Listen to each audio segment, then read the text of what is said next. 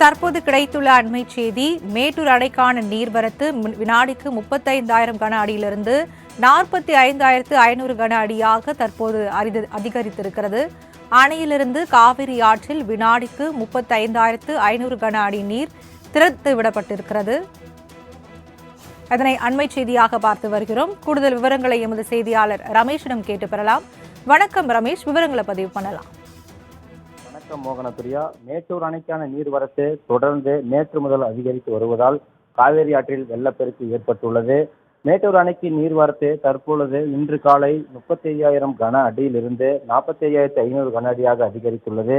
கேரள கர்நாடகா காவிரி நீர்பிடிப்பு பகுதிகளில் மீண்டும் மழை தொடங்கியதால் மேட்டூர் அணைக்கான நீர்வரத்து அதிகரித்து வருகிறது. இதனால் அணையில் டெல்டா பாசனத்திற்கு வினாடிக்கு 21,500 கன அடி நீர் வெளியேற்றப்பட்டு வரும் நிலையில் 16 கண் வெள்ள உபரி போக்கி வழியாக 14,000 கன அடி நீர் வெளியேற்றப்பட்டு வருகிறது. தொடர்ந்து நீர்வரத்து அதிகரித்து வருவதால் அணை அதன் முழு கொள்ளளவு 120 அடியை எட்டியுள்ள நிலையில் அணைக்கு வரும் நீர் முழுவதும் அப்படியே காவேரி ஆற்றில் வெளியேற்றப்பட்டு வருவதால் காவேரி கரையோர மக்களுக்கு மாவட்ட நிர்வாகம் மற்றும் வருவாய்த்துறையினர் தொடர்ந்து வெள்ள அபாய எச்சரிக்கை விடுத்து வருகின்றனர்.